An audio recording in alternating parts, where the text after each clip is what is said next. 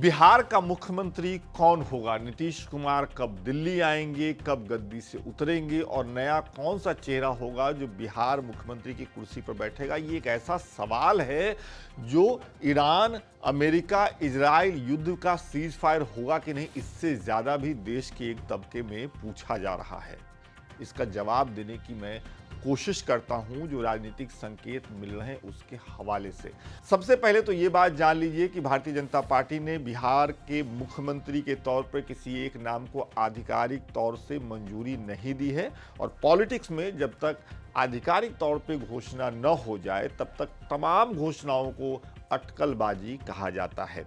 लेकिन जो सबसे बड़ा संकेत मिल रहा है बिहार के उप मुख्यमंत्री सम्राट चौधरी के नए मुख्यमंत्री बनने का, वो है कि भारतीय जनता पार्टी बिहार में उस वोट बैंक पर नजर गड़ाए हुए है जो पिछले कई सालों से नीतीश कुमार के साथ मजबूती से खड़ा है। कोयरी, कुर्मी और कुशवाहा वोट बैंक जो कि 7% के आसपास जाता है। लव कुश भी कहते हैं इसको चालू भाषा में, बिहार में जब बातचीत होती है। तो बीजेपी की कोशिश सबसे पहले यह है कि यादव वोट बैंक जो कि राष्ट्रीय जनता दल के साथ है उसका एक बड़ा हिस्सा, उससे पहले ये जो कोयरी, कुर्मी और कुशवाहा वोट है लगभग 7%, 7.5% के आसपास, वो अपने खेमे में किया जाए। और ऐसा करने के लिए भारतीय जनता पार्टी को सम्राट चौधरी के साथ मजबूती से खड़ा दिखना पड़ेगा। याद कीजिए बिहार विधानसभा चुनाव जब हो रहा था, बीजेपी के बड़े नेता और गृह मंत्री अमित शाह जब सम्राट चौधरी के लिए प्रचार करने गए थे तो उन्होंने एक बात कही थी कि आप सम्राट चौधरी को जिताकर भेजिए, मोदी जी इनको बड़ा आदमी बनाएंगे। तो बड़ा आदमी बनाने का जो संकेत बीजेपी ने चुनाव से पहले बिहार के इस लव कुश जातीय समीकरण को दिया था, अब वो नजरें गड़ाए हैं बीजेपी के फैसले की तरफ। तो ये एक सबसे बड़ी वजह है सम्राट चौधरी के बिहार के नए मुख्यमंत्री बनने के लिए। बाकी नाम चल रहे हैं, तमाम नाम चल रहे हैं, लेकिन यकीन मानिए लगभग सम्राट चौधरी का नाम फाइनल हो चुका है। अगर अरंगा लगता है और उनका नाम घोषित नहीं होता है तो उसकी वजह होगी भारतीय जनता पार्टी बिहार इकाई के कुछ ऐसे नेता जो नहीं चाहते कि सम्राट चौधरी जो आरजेडी से आए, जो जदयू में भी रहे, जो जीतनराम मांझी की पार्टी में भी रहे और फिर भारतीय जनता पार्टी में आए, वो भारतीय जनता पार्टी के मुख्यमंत्री बिहार में बने। आरएसएस भी इसमें माथा लगाए हुए है, लेकिन बीजेपी का जो केंद्रीय नेतृत्व है, खासतौर पे देश के गृह मंत्री अमित शाह, उनके तरफ से सम्राट चौधरी के नाम पर मोहर लगती हुई दिख रही है।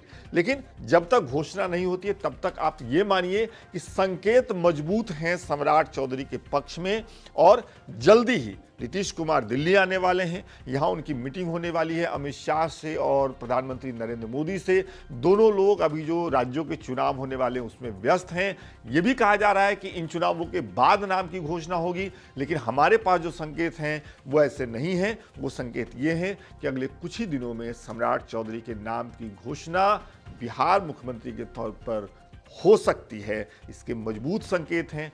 आपको क्या लगता है बिहार में अगला मुख्यमंत्री किसको होना चाहिए? और सम्राट चौधरी के पक्ष में जो एक चीज और जाती है वो ये कि बिहार में भारतीय जनता पार्टी सिर्फ अपने मन से मुख्यमंत्री नहीं बना पाएगी, क्योंकि नीतीश कुमार और जदयू को लेकर चलना पड़ेगा भारतीय जनता पार्टी को। तमाम जो तर्क दिए जाते हैं कि भारतीय जनता पार्टी ने राजस्थान में एक नाम लेकर के आया और मुख्यमंत्री बना लिया, उत्तराखंड में, हरियाणा में, तो याद रखना पड़ेगा कि वहाँ भारतीय जनता पार्टी की सरकार अपने दम पर है।